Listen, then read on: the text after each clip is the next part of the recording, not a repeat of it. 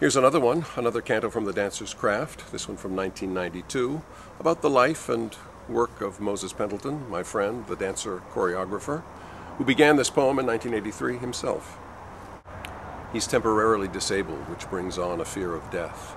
So he takes a tip from Whitman, and he worships his own breath. He collects his conversations, mile on mile of running tape, lest the gas of his creations should escape.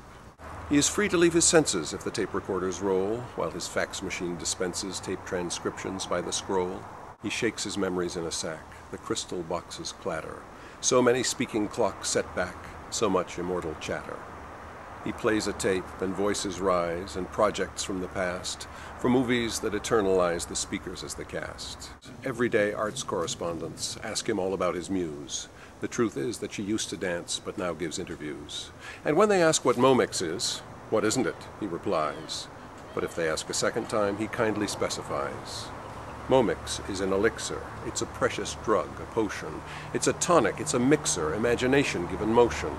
It's a water cure, a fountain of youth, a lake, a pool. It's a castle on the mountain, it's a garden, it's a school.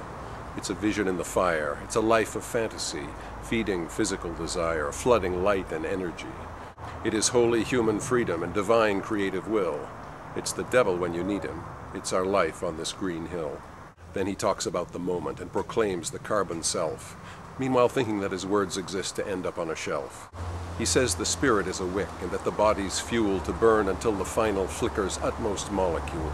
He says the craft of dancing is to burn with a gem-like flame, an audience for oxygen and critics for a name. He is all anticipation for some filming by a Scot and the exquisite sensation every day of being shot.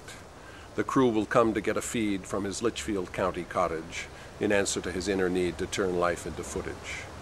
The subject of the special is the making of a show, behind the scenes with Moses and his singular M.O. He will give a little tour of his closets and his halls, where the wallpaper like parchment peels in pages from the walls, and his rooms with writing tables with their crystals and their pens, screenplays and yellow tablets, reviews and candle ends. The camera will record it all, but this time it never arrives. The project's killed. It vanishes. The written word survives.